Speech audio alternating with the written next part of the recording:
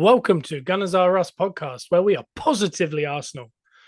And that we are, as I would usually say after Joe. But Joe's not here. I'm popping on a little solo here because of the midweek fixtures we've got coming up in the Premier League. I thought it'd be best to kind of get ahead of it. So we got a little prediction league here. So I got the results from this past weekend. I've got our predictions from Simon and Joe for this current week. And then we'll be back in 2 days on Wednesday, usual slot, predicting the following weekend, even though the Wednesday and Thursday fixtures wouldn't have happened yet. And then the following week, we'll kind of cover everything that happened. Sounds a bit confusing, but it'll be all right. You'll follow.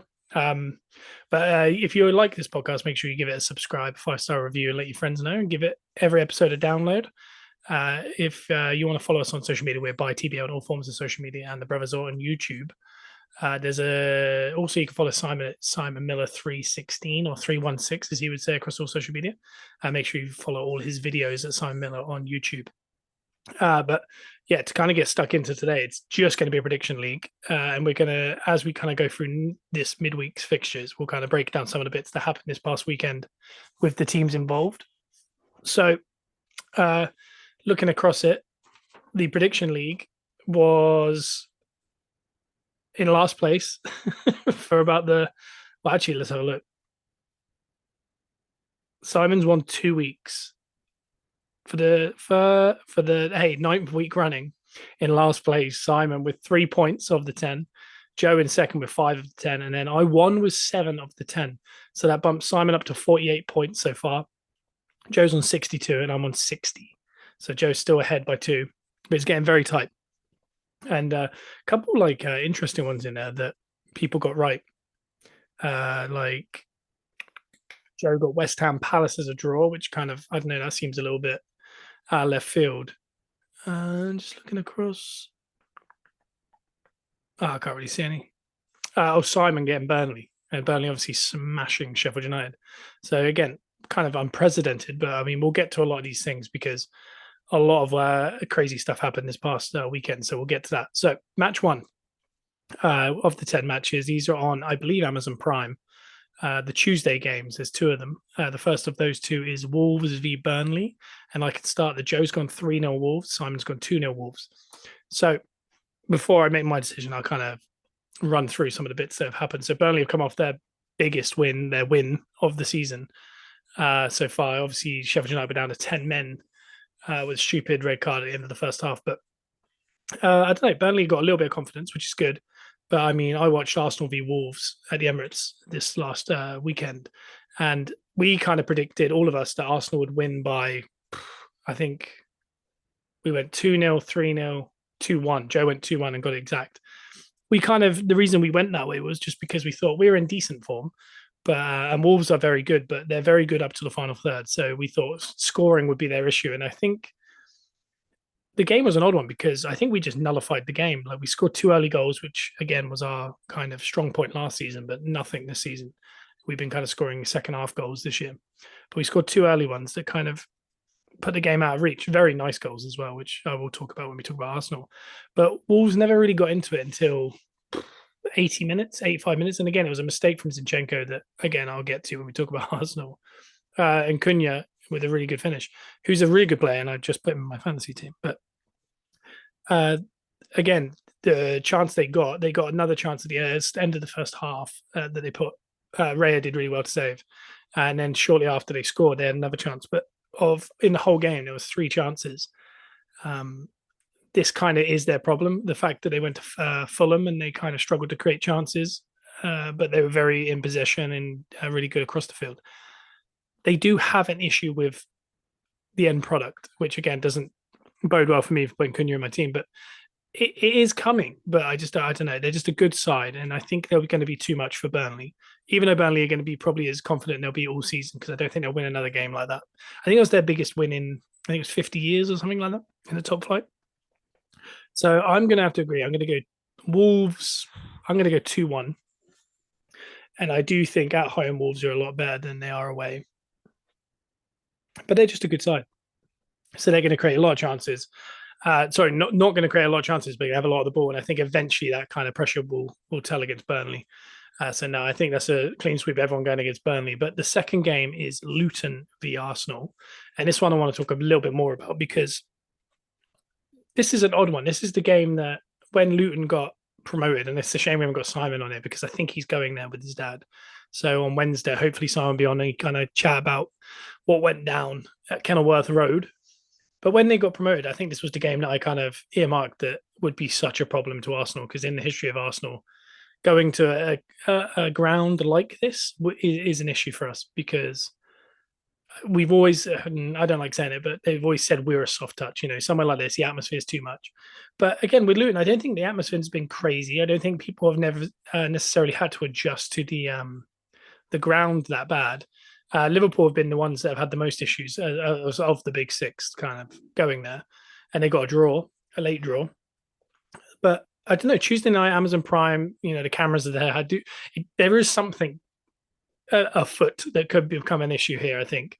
But I do think this season, the big change from last season was we're just so much stronger. Like we talked about last week, including this week now. So we're 13, 14 games in.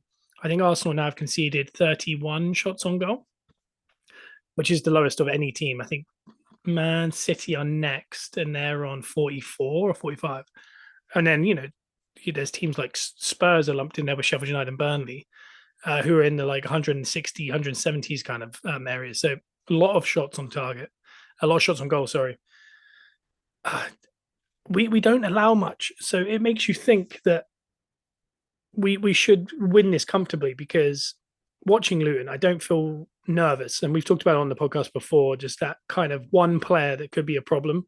You think of Palace in the past with Zaha, but I don't know. I know they've got Townsend now and Barkley, and I think one of them might have scored or assisted this week, and they're starting to find their feet.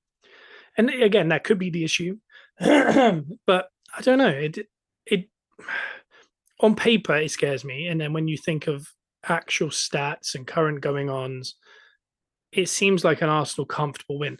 So I think Simon's gone with 3-1 to Arsenal. Joe's gone 6-0. So we're running a gambit of just kind of different levels of Arsenal. So I'm going to go somewhere in the middle and just say Arsenal 2-0, which I would be very happy with.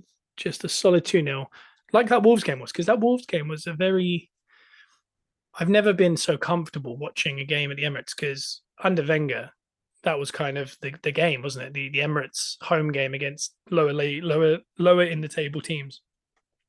We would kind of win 3-4-0 and it would just be, I don't know, just such an easy watch. You didn't have to overly concentrate. You'd slowly just kind of win. But then under the end of Wenger, the last 2 years, and then Emery, it became almost like the worst case, similar to what United are having now. I think at home they struggle a bit more than away just because I think the pressure's there, the booing, the lack of fans in the crowd sometimes, different things. The energy's weird. But this season, we've been so much better at home than we have been in the last 3-4 years. So the away game does nerve me out slightly. So it's a tough one. I'm happy with 2-0. I'm interested about who we're going to play because obviously the games are coming thick and fast. Hence, this podcast coming out midweek. I think Havertz, who didn't start in the week, will. Zinchenko, there could be question marks around him because of giving the ball away in the goal. And I think he gave the ball away 3 or 4 times. But his assist to Odegaard, because those 2 goals, if you haven't seen him, go look on the Premier League on YouTube. The 2 goals are such good team goals. And considering we're against a low block, which is our kryptonite, it seems, and everyone's doing it, really nice goals to do it. And Zinchenko, really, really nice assist for Odegaard's goal. But then the yin and the yang of Zinchenko that a lot of people have been talking about online was that game. So if you watch that game, you'd see the best and the worst of him. And I think Arteta afterwards mentioned that is what you get from Zinchenko. So, we love him for that. And which is interesting because obviously it's the opposite of what he said about Ramsdale, or lack of saying about Ramsdale. So he obviously does have maybe favourites. And that's not a shot at Arteta because obviously there's other reasons. The style in which he wants to play. If Zinchenko, the way he wants to play is what Arteta wants. And if he loses the ball here and there, he's not going to be bothered because he would rather under stress try and play the ball out as opposed to clear it, which is what Arteta's always said. So you can't really disagree with it when he doesn't clear it. Similar to what Raya was doing in goal when people were angry about him being in goal for Arsenal because against City and Tottenham, I think he was taking a lot of chances. But afterwards, Arteta said, I was telling him to. And when he was saying, shall I just start clearing these? He was like, no. So I don't know. But I think Zinchenko would, I think, maybe sit this one out potentially if everyone was fit. But Ben White's not fit, but he's just coming back to fitness. But Tomiyasu now went down in that game with holding his calf. They're saying it could just be fatigue, but I can't imagine 2 days later, 3 days later, it's going to be a good enough turnaround to get Tomiyasu back. So Sleeper and Gabriel probably hold their position with Rare, but Zinchenko, I guess, will come in, will stay in. And then Ben White, if he is back from fitness, will come in. But I think there's a chance he could try and play Kiwior instead of Zinchenko, because I think if Tommy was fit, he would have played Tommy and Ben White, just because he's worried about the wings and that away from home, the atmosphere, things like that. And I don't think Luton necessarily are the team that you have to pick a lock against, because I don't think they're defensively the soundest. So Zinchenko's not as needed. But because of the injuries, there's a chance Zinchenko will start. But I think you could see Kiwior and Ben White on the wings. I think you'll see Rice hold his position in 6. I think Havertz might come in with Odegaard because Trossard played the left 8 this week. And then up front, I think you'll get Martinelli, Saka, and Jesus again. Because I think Arteta's talked about it with Saka. I think he believes that top players have to play every 3 days, and he doesn't really like the idea of rotation with certain players because they should be able to play every 3 days. I don't know whether that will come back to haunt us. I'm sure it will. But for now, I'll take it because I think this is such an important part. These are the points. I think someone said there's 8 more games before Christmas or something in the league, or 7 more. There's a lot of games before Christmas, considering how close Christmas is, because we're 22 days away. This is where between now and Christmas, we could be 4th or we could be 10 points clear. That's how much of a swing can happen in this little period. And that's why in the past, people always talked about whoever's top at Christmas tends to win it. And we were top going into the World Cup. And if you remember, everyone was very excited about that. And today, as of today, is the amount of points. The position we'd be in if the World Cup started. So it was 14 games, I believe, before the World Cup. And we were happy about being top then as a landmark. So we have to kind of take this landmark as it is now, because even though there's no World Cup, we were happy about being top after 14 games last year. But if we'll be top after 18 games at Christmas, then I think we can start talking about, title races and things like that, because so much can change. And, City do look a little lackluster, and Liverpool look bizarre. But again, I think from the outside, Arsenal look a bit bizarre just because of the style of play. But that is enough on the Arsenal one. We're all going for an Arsenal win, different variations of it. The next game is Sheffield United at home to Liverpool, and I believe they're about to sack their manager, Sheffield United. Hasn't broken yet. I'll check that while we're talking through this game. But it seems that he's still there, but it won't be probably by the weekend. So I don't imagine there'll be a new manager bounce, because I don't think they'll have a new manager because this is the first of the Wednesday games. But just looking across, so I was just taking a drink. No, he hasn't been sacked yet, but I don't think he'll be in charge for that game particularly. But yeah, too soon for a new manager bounce. This could be bad because Liverpool are just chaotic. They're conceding against teams like Fulham, who just don't score. They conceded 3 at Anfield against Fulham. Yeah, they're a bizarre side. I just don't think Sheffield United will have enough. I think Simon's gone with a 4-0 Liverpool, and so's Joe, both 4-0. I don't know. I think Liverpool might make a pig's ear of it a little bit, but then come out the other end. So I'm going to go straight off there with 3-1 to Liverpool. I think it could become a bit of a game in the middle there, because the atmosphere at Sheffield United is a lot better of the teams that came up. Liverpool did struggle at Luton, but I do think Luton are a better team than Sheffield United. It's going to be an interesting. I don't think it would be the best watch of all time, but I think it'd be an interesting result. But Liverpool should be coming through this quite unscathed, because this is the ground that Newcastle went and scored 9.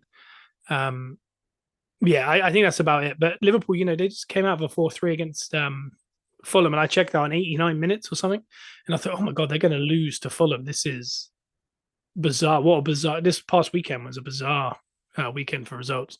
But then they scored 2 in 3 minutes, I believe, and win that game. And again, they are in a title race. And I think when other teams do it, I think people say, this is what champions do. So you kind of got to hold that to them as well. And maybe this is their year. Maybe this is something they've got going, because when you got a manager like Klopp, you can definitely pulled something out of the bag, because defensively they are a bit shambolic, which again is going to be Wednesday. We'll be previewing. I think it's Wednesday. There's a Anfield Liverpool game versus Man United that's going to be very bizarre. I think it might be the following weekend, but that's going to be some watch. I think that might be either the end of Ten Hag, it might be the making of Ten Hag, it could be something, because I think Man United have Munich in the week before it. But no, clean sweep. We all got on Liverpool to win over Sheffield United, but I'm the only one to give them a goal. The next game is Fulham versus Forest, and again, Fulham have beaten Wolves at home 3-2. They've gone to Anfield and nearly got 3 points, ended up with none. But again, scored 6 goals in 2 games for a team that we do consider a team that cannot score. But they are home to Forest. And again, Simon's gone for a draw, Fulham 1-1 with Forest, and Joe's gone a 3-2 Forest win. And if you're following the trend, Joe is going Forest a lot. The last few weeks, Joe's gone Forest. Joe went Forest against Everton, and they lost. I went Everton. The week before, he was talking about the counter-attack. He's very much into Forest, and I think they have been very good, but they're definitely in a bad run of form that has to kind of be taken into account, because it's not getting better, and Fulham are in a good vein of form. So I'm before I figure it all out, I definitely am going to go Fulham, and I'm going to go 2-1 Fulham, and I'm going just by stats of the fact that Fulham are in scoring goals. They conceded. I say they've scored 6 goals. They've also conceded 6 goals. So very chaotic. Forest, though, are just, I don't know. They've got real quality players like Alanga, Hudson-Odoi. I believe they've got Origi, and they just don't seem to be able to, I don't know, create too much. Because some weeks I feel like they are creating, and then some weeks when you watch them, you think, I just don't know. Because if you are like a betting person, and again, bet responsibly, and you're putting things like shots on target from Alanga, some weeks, again, it's similar to a lot of wingers in the Premier League, Saka being one of them, Salah being the other, not putting Alanga in that category quite yet, but I do think he has potential. Some games, they hug that touchline and they do not get anywhere near the goal for a shot. It's constant crosses. You can't even see how they could. And then there's some games where you watch it and you just think, how have they not scored a hat-trick? Or in Salah's case, they have scored a hat-trick. It's bizarre, and I know it would just be tactically that they've been told to hug the touchline and keep the width, things like that. But Alanga did have chances in this game, very similar to Haaland's chances in the Spurs game, and he just kept pulling them wide. And you can tell I'm annoyed, because I did have Alanga to have 2 shots on target in that game. But again, bet responsibly. I had £1 on it, so it's not retirement money, as someone in one of our group chats said to me the other day. But no, I'm going to go Fulham. Not much to write home about that match, but one team in form, one team not. The next game is Palace v Bournemouth, and talking to teams that are in very bad form. Palace, we talked about on the podcast last week, and just saying the thing that they were known for was the fact that if you had fantasy football, you'd put their defenders in because they get a lot of clean sheets. That's not happening at the minute. No clean sheets for Palace in a good amount of games, 4 or 5. They're going up against Bournemouth, who, they beat Newcastle. I'm just looking across last week's games. They drew 1-1 with Bournemouth. With Villa. They are Bournemouth last week. They're picking up some wins here, Bournemouth, and they're quite impressive. I think the week before they beat someone 3-1. I think it might be Sheffield United or Burnley or someone. They're in a good little form here, and they're away from home. But Palace, again, is the ground that is... I was talking about Kenilworth Road for Arsenal. Palace is that ground for me, and that's why I think I brought up Zaha as that one special player. The atmosphere is so big, and if it's at night particularly, and then there's cameras there and it's on television, that's the one I worry about. So for Bournemouth, this could be an issue. But Simon's gone 2-1 Palace. Joe has gone 1-0 Bournemouth. And like the Fulham game, I might go devil's advocate and just hedge my bets here. I'm going to go with a 1-1 draw, which I don't know if it's a good result for either of them, to be honest, because Bournemouth are in good form. They will look to go and win this, because I do think Bournemouth were in trouble. About 5-6 weeks ago, I think we talked about them when they sacked Gary Neal, which was a stupid decision, and brought in a new manager. He was just not getting results, and I think he was being talked about being the first sacked in the season. But the last, I'd say 5 weeks, really turned it around. They're sitting middle of the pack. Palace, who started stronger, have tailed off, and again, they're probably about the same place in the league. I'm just going to have a quick look at the league to see if it's how close this is and how big a game it is for either team. So you've got Palace 12th and Bournemouth are actually still 16th in the league, and I think 2 of their 3 wins came in the last 4 weeks. So before that, that's why they were in trouble. They had lost 7, drawn 3, won 1 before 4 weeks ago. And then since then, they've won 2, drawn 1. So without that, they would have been very much in the Everton role, who are on 7 points with Burnley, Sheffield United down on 5, Luton on 9. So, Bournemouth win this game and Forest do lose to Fulham. They could really jump up there and start sitting around the 12th, 11th mark where Crystal Palace and Wolves are. Because, again, Wolves don't look like they're a team that should be 13th in the league with 15 points. And Fulham, after having had a couple good weeks, are still 14th. So I don't know. There's a big gap between 12th and 11th, between Palace and Brentford and Chelsea. It just feels like there's 2 ends of this table, and I think any of those bottom 8 could go down. I'm going to stick with the draw. I'm happy with the draw, I believe. Because, again, if I see Palace, I tend to just think draw anyway. But Bournemouth are in good form. Yeah, I'm going to go 1-1. I don't want to necessarily talk about that one too much because it is a bit of a dull one. The next one is a good one because this is the 2 teams of last year that we kind of put above. They're the quintessential 6th in the league type teams. And it's Brighton and Brentford who play very good football. 2 very good managers. Joe's gone 2-1 Brighton. Simon's gone 1-1 draw. I don't think Brighton are strange. They could easily lose this 3-0, and it's an Mbeumo Wissa, masterclass. But Brighton are they're odd. They just come off a loss at Stamford Bridge. I think it was 3-2. Chelsea are down to 10 men at 2-0, 2-1. And they still couldn't kind of get back into that. And this is a very bizarre Chelsea team. Brighton lost 3-0 at home to West Ham this year. They've lost 6-3, 6-2 at Villa. Just all over the shop. Whereas last year, I think these 2 teams are the 2 teams you could kind of bet your house on would win certain games. And this year, you just don't know what you're getting. And again, when they're against each other, you don't know what they're going to get. Brighton are definitely struggling with the fact they've got Europe midweek. Brentford, I'm not sure what it is, but against us, I thought they looked good, but they were just doing a low block. They went away to Stamford Bridge and won there, and that was the kind of exactly what you expect from Brentford, where is what you kind of got last week. And then this week they went against Luton. They dispatched them quite comfortably. It's an odd one. I really don't know. I think I'm gonna have to side with Joe, and I'm gonna go for a 3-2 Brighton home win. And I think it could be it might be the pick of a bunch of games, of actual good football games and tight games. I like the look of it on paper. Again, I think they're both just completely, you don't know what you're getting kind of thing. And talking of that, we're moving into the next game, which is probably the highest level of not knowing what you're going to get. And it is Man United at home at Old Trafford to Chelsea. So Simon's gone 3-1 Chelsea away win. Joe's gone 2-1 Chelsea away win. Chelsea are coming off the 3-2. They've lost their captain to a red card 2 weeks running with Reece James and then Conor Gallagher. Man United were the most informed team in the Premier League, and then went and had one of the worst performances ever. Even though it was only 1-0, it doesn't really paint the story. At Newcastle, it was bad. I was watching it with no commentary, which sometimes helps because obviously there's like a narrative, or that some of them are just bizarre.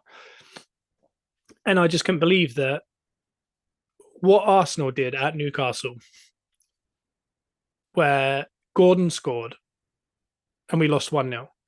But if you watch that game, it was a cagey defensive game, very tactical, very minimal amount of chances created. And then the goal was decided by very fine margins. Then Man United lost 1-0 at Newcastle to an Anthony Gordon goal.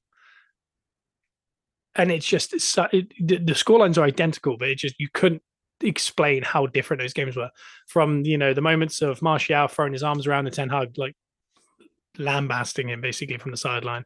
Rashford just giving up on chasing back. Fernandes just doing Fernandes things, throwing his arms up, chasing something down, telling everyone else to do it, then stopping. and then just general bad performances. I don't know how many shots they conceded on their goal, but it was so poor. And I don't know how Newcastle didn't score more.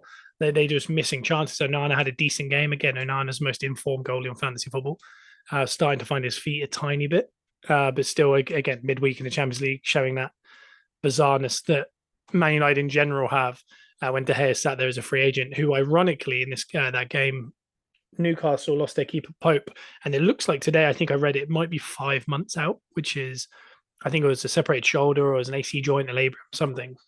So I wonder if they're going to go looking at Ramsdale and having the two England keepers there, which I don't think will happen because I think Arsenal said they don't want Ramsdale to go, and I think you create the same exact problem that he has here in 5 months' time because then Newcastle go back to Pope and Ramsdale sits on the bench.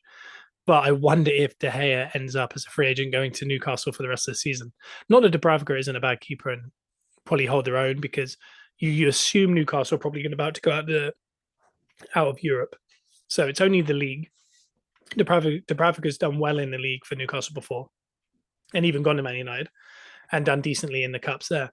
So it's going to be interesting. I'd like to see De Gea go to Newcastle. I think it'd just be such a bizarre turn up. I don't know. Just looking at it again, Chelsea and Newcastle, Chelsea and Man United, and Chelsea. Yeah, again, these are the two teams that we talk about that are both sitting in the middle of the league, and both underperforming massively, but everyone kind of agreeing that Man United have no potential, but Chelsea have all the potential. But then Man United being the most informed team and Chelsea being a very uninformed team before the last 2 weeks. So it was odd because kind of perception wasn't reality in that case. But I think Chelsea do look good. I think they look strong. They're creating lots of chances, scoring lots of goals. Scoring 4 against City, 3 against Brighton.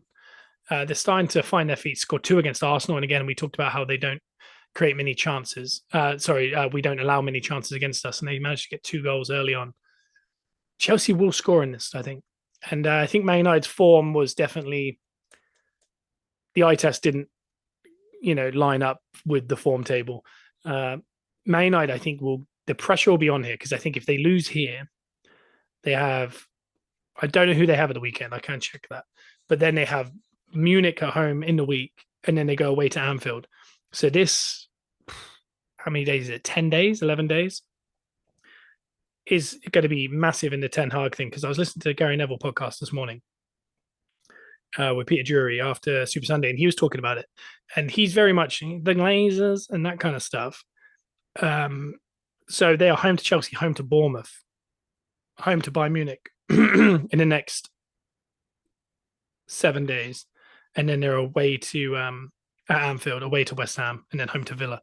It's an odd run of games.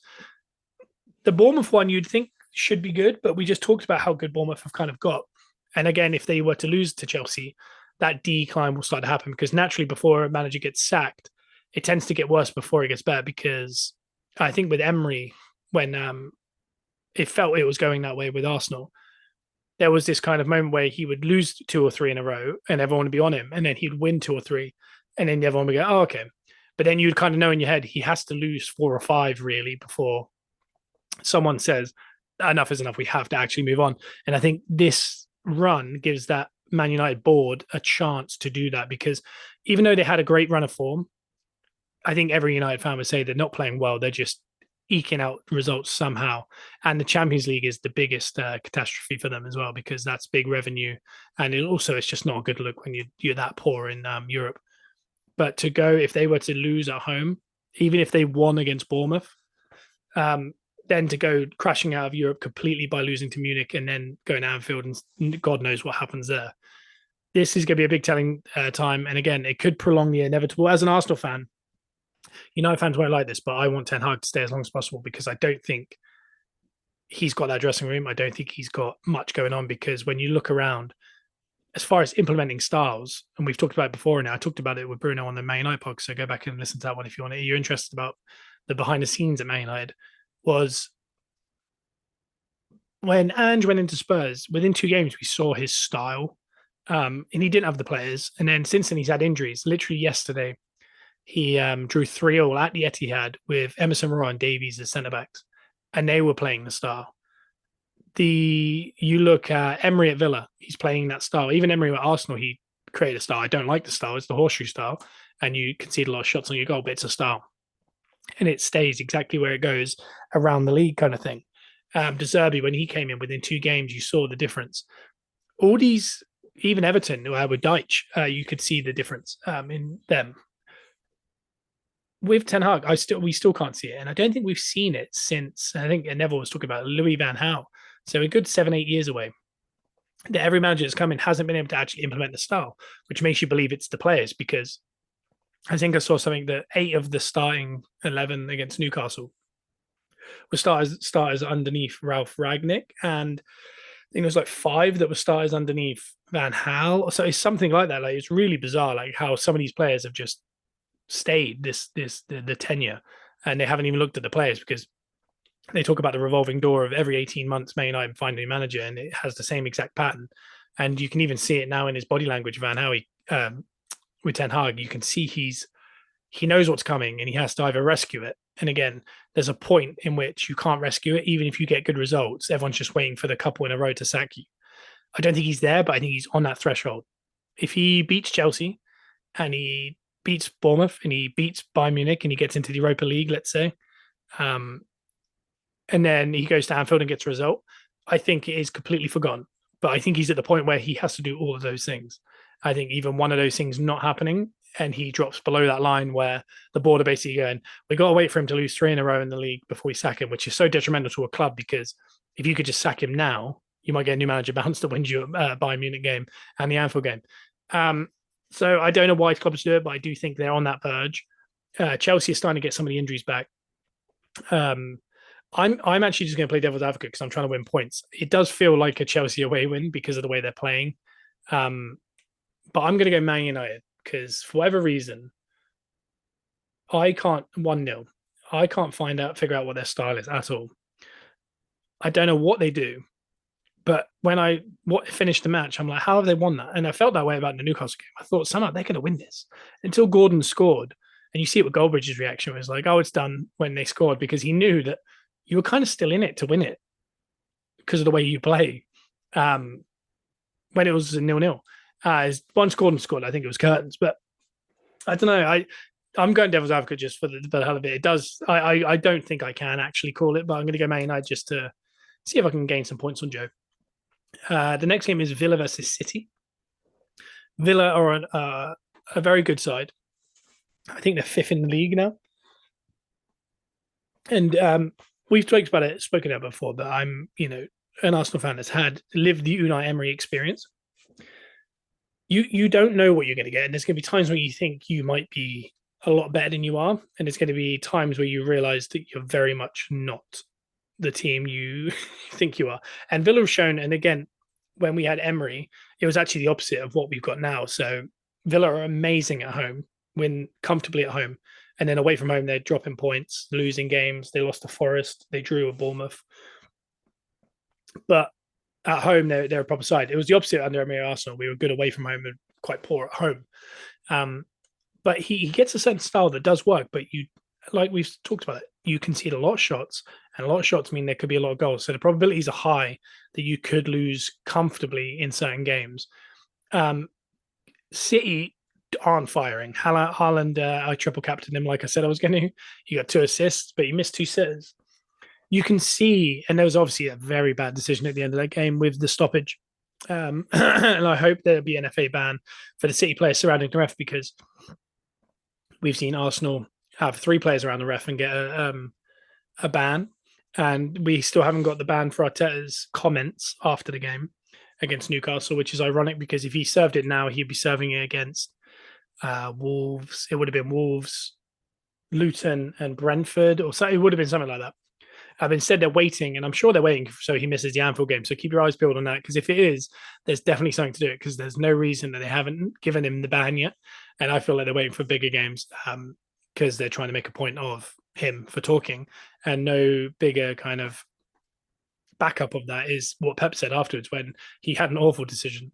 And he said, I do not want to make a Mikel Arteta comment because he doesn't want to deal with it, which is awful because if he does and Klopp does and everyone does, then at least they're going to actually have to do something when all the managers are kind of doing it. But when one manager does it, he's going to get the bad rap and everyone else is going to get nothing basically, and they're not going to get any change. So it's annoying, but that decision was bad at the end of that game with the Grealish was thrown goal. And I don't know what the ref was thinking because I know everyone's saying it's corruption, but City usually the corruption, if that makes sense. I don't know what he was thinking. I think he just didn't see Grealish in amongst the three players and thought he just cleared it to no one. But a conspiracy theorist might have you think that he just didn't want City to win, which, hey, I'm all for because they need some kind of stopping because they're going to win the league every single year and it will just make the league look awful. But a mixture of the Villa you don't know you're going to get. I think I'm actually going to go 2-1 Villa. And I don't know where that leaves City if that were to happen because Villa next week will probably go away to Brentford and lose. But City would have dropped points against Liverpool and then Spurs 2 weeks running. And then if they were to drop that, they'd have 2 points from a possible 9 when the teams around them are, picking up a lot more. So again, this time last year, this stuff was happening, but not this frequently. City are definitely dropping more points more frequently now, or at least their play is indicating they're going to drop more points. So I'm interested to see what happens there. I think that will be the pick of the bunch. That is the last of the Wednesday games.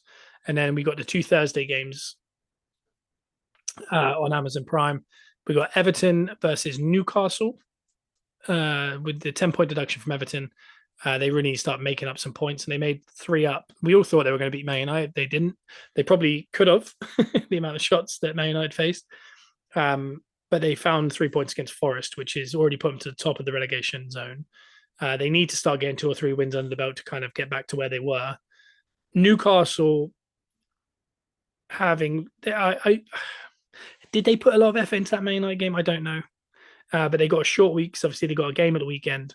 Then they've got the big Champions League game, and then they've got another game. So this could be the game they rest a couple bigger players with the injuries they've got, with Pope not in there. I would usually say Goodison Park getting loud on a Thursday night. This could be an Everton win, but the way they acted against Man United, I don't know. Simon's gone 1-1, Joe's gone 3-1 Newcastle. I don't know whether I'm just going to go, again, I'll talk you through it, but it's more a devil's advocate. I'm going to go 1-0 Everton. And I don't know if this is more hope than judgment. But I don't know. I could see it. Again, this is kind of the theme that's been today is that I just don't know what you're going to get from a lot of these teams. Newcastle have been fairly consistent, in all fairness. And they do seem like a team that could win. But again, this is the team that went away to Bournemouth on a cold, rainy Sunday and lost 3-0. And they complained about injuries and a short turnaround. This is a short turnaround, probably a snowy, rainy Goodison. The crowd are agitated because of the deductions. I don't know. Probably Anthony Gordon hat-trick his old club. But I'm going to go 1-0 Everton. And the last game of the weekend on the Thursday is Spurs v West Ham. Joe and Simon are both gone 2-1. I think we have to give plaudits to Spurs because I said triple captain Haaland. The high line is going to be a massive downfall against a team that would love that. They had their 2 centre-backs out. They played 2 average fullbacks at centre-back. And I think they played really well. I thought there is a element of naivety to his management, and I think they will get found out a lot. But that was the perfect example of it working, and I thought it was really good. City were the better team, but I think there's just something going on with City post-treble that they just can't kind of get up to speed. And I think Spurs just played around them and just used it against the run of play. Because if you look at the goals that City are conceding in the league and the goals they're conceding in the Champions League, and a lot of goals that they concede in the Champions League are against teams like Young Boys and Leipzig, it's all on the counter, and it's 1 or 2 players, sometimes just one. And the perfect example was the Tottenham goals. Is you do not want to do that against Son. He is the best at that, and I think they found out. And Lo Celso's goal is very good as well, and even Kulevski's header at the back post. I think Ake has to do better there, but I think it's just a really good play. And I think Spurs they deserved the point. I don't think they necessarily deserve to win at all, but I think the point, and again, it was a great result for Arsenal. So Spurs at home to West Ham. You got to remember, Spurs lost 3 in a row and then drawn. They've got 1 point from a possible 12. And I do think after that performance, people are going to maybe lift them to a point where they think they're back to where they were. But really, it was just a point. West Ham missing Jarrod Bowen and Antonio and these players just coming back from fitness. They don't look right. And, them drawing. They drew with Palace at home. I think they will struggle. I think if they were fully fit West Ham, I'd have a little go on it. But I think Spurs will have enough. Son will score. I think 3-1 Spurs, which I don't know if I said I'd never go Spurs, but it seems that way. But I've gone Spurs. So that is the midweeks. I think they're all on Amazon Prime. I don't actually know if I've been saying that, but there's a very high chance that I've made that up. But I know that Arsenal are on Amazon Prime. I'm just checking the games this week. All Amazon Prime. Oh, it says all of them except for 3. I don't know what. Oh, maybe they're on the Sky. Usually it says that. Yeah, it's got everything on Prime except for Man United, Chelsea, Spurs, West Ham, Everton, Newcastle. But that could be wrong. I think they might all be on Prime. So I like the coverage on Prime anyway. So it'll be good. We got the weekend coming up. So Wednesday we'll be back here with Joe and Simon post Arsenal Luton, but not post. So only 2 Premier League games will have happened by then. So we might discuss those a little bit. And then we'll talk you through some of the talking points from those games, and we'll start to preview next weekend's action as well as kind of finishing off by just going over some of the bits I've done here, just to see if they've not changed their mind, because they can't. But if anything's happened, for example, Sheffield United's manager's been sacked, Ten Hag, any information with Ten Hag's happened. And another thing I wanted to bring up was, I'm hoping, because I'm not going to do an outro like Joe because I don't have it in me, but our last 10 trips to Kenilworth Road, we have lost 7, drawn 3, won none. So, hey, I hope Arsenal are going to win, but that doesn't sound good. But we'll be back Wednesday. Make sure you subscribe to the podcast. Make sure you give it a 5-star review and let your friends know about it. And I'll see you in 2 days. Bye-bye.